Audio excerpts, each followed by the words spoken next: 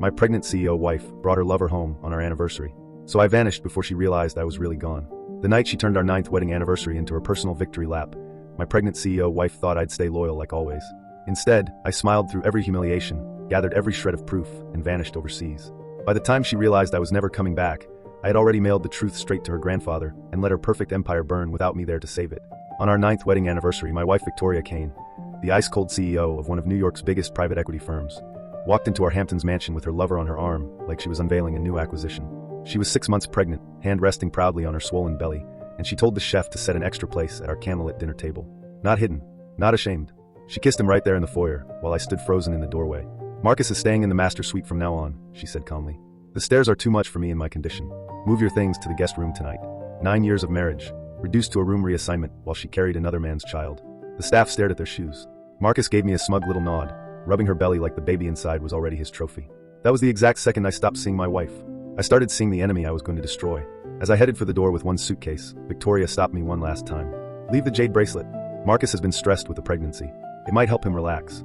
That bracelet was the priceless family heirloom her grandfather had given me on our wedding day, a symbol that I was now part of the Kane legacy. She looked at it like it was just another company asset she could reallocate to her side piece. When I didn't hand it over fast enough, she sighed like I was wasting her time. "Name your price. I'll wire whatever. Just don't make this dramatic." I took the bracelet off, walked over, and fastened it on Marcus's wrist myself with a calm, empty smile. Not because I forgave anything, because in that moment, I was already gone. The clasp snapped. The bracelet shattered across the marble. A jagged piece sliced Marcus's ankle. He upped like he'd been shot. Victoria rushed to him like the mansion was burning down, completely ignoring me. Seconds later, she snapped at me to apologize to her lover, the man who had knocked her up while I was still playing the perfect husband. I did. I bowed my head, said the words I'd said 1,000 times before, flat, emotionless, perfect. Because I was done giving her my real feelings. Later that night, I learned her pregnancy had complications. She needed a transfusion, rare blood type. I was the only match in the house. I also had a heart condition that made donating dangerous. The doctor warned her it could send me into shock. Victoria didn't even blink. "He'll do it. The baby comes first." They literally tied me down in the study while the doctor, hands shaking, hooked me up. Bag after bag. My vision blurred. My lips went numb. Marcus sat in the corner watching with a smirk while Victoria stood there like she was overseeing a board meeting. When the doctor tried to stop, she ordered him to keep going because she was still feeling faint. I heard her use that soft voice on Marcus, the one she hadn't used on me in years. Real betrayal isn't loud. It's quiet, efficient, and administrative. It's your pregnant wife deciding your body is now a resource for her lover's child. I told the doctor to keep going. Not to help them, to make sure it ended fast. 2 days later, I woke up in the hospital after hemorrhagic shock. Victoria was sitting there with a bowl of porridge like it balanced the scales.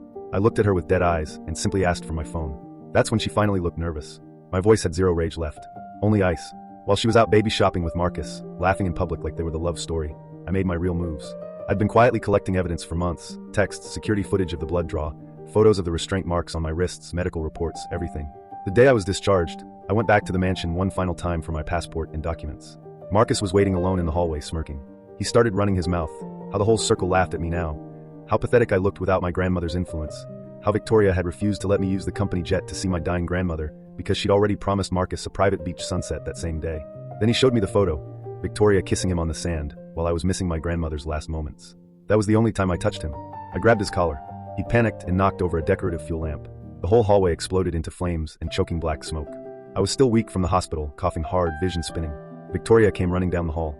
2 people trapped in the fire, and she sprinted straight past me to save Marcus first. Dragged him out without even saying my name. That single choice answered every question I'd ever asked. While the staff scrambled with extinguishers in panic, I slipped out the back door, coughing blood, and never looked back. That same night, I mailed 3 packages to Victoria's grandfather, the old man who built the family empire and had always treated me like a son. Then I boarded a one-way flight to Europe. Before takeoff, Victoria sent one last text. "Stop playing games. Be at the hospital tomorrow. I have another ultrasound, and you should get your lungs looked at too." I snapped the SIM card in half and let the silence begin. Her grandfather's 80th birthday came a week later. He opened the packages in front of the entire family. First, the repaired family jade bracelet I returned with a note saying I could no longer carry the Kane name. Second, the hand-embroidered 100 Cranes wall hanging I'd spent months making for him because he once said he missed real gifts. Third, the thick folder, medical proof of the forced transfusion and my heart condition. Photos of the bruises on my wrists. Security footage of the fire. Screenshots of her messages treating me like a blood bank and servant. Signed divorce papers. And a handwritten letter. I thanked him for the respect his granddaughter never showed. Then I added one line. If she says this was a misunderstanding, ask her who she ran to first when the house was burning. The room went dead quiet. Victoria tried to spin it. Her grandfather slapped her so hard the sound echoed off the walls. Then he had security throw Marcus out like yesterday's trash. He launched a full internal audit on the company. Turns out without me quietly fixing her messes for years, a lot of ugly secrets spilled out. Board seats vanished. Major contracts evaporated. Her reputation went nuclear. Marcus disappeared the second the money and status dried up. Victoria hunted me for months. New numbers, emails, private investigators, even showed up at hotels where I used to do business. I never answered once. A year later I was living quietly in Lisbon, consulting for smaller firms, heart finally healthy, every single day belonging only to me.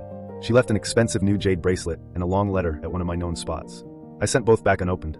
Some things can't be fixed with money or apologies, especially when the person never actually regretted breaking you, only that they got caught. The moment they stop seeing you as a person and start seeing you as a resource, you don't argue. You smile, you document everything, and then you disappear forever. Let their own choices burn their world down.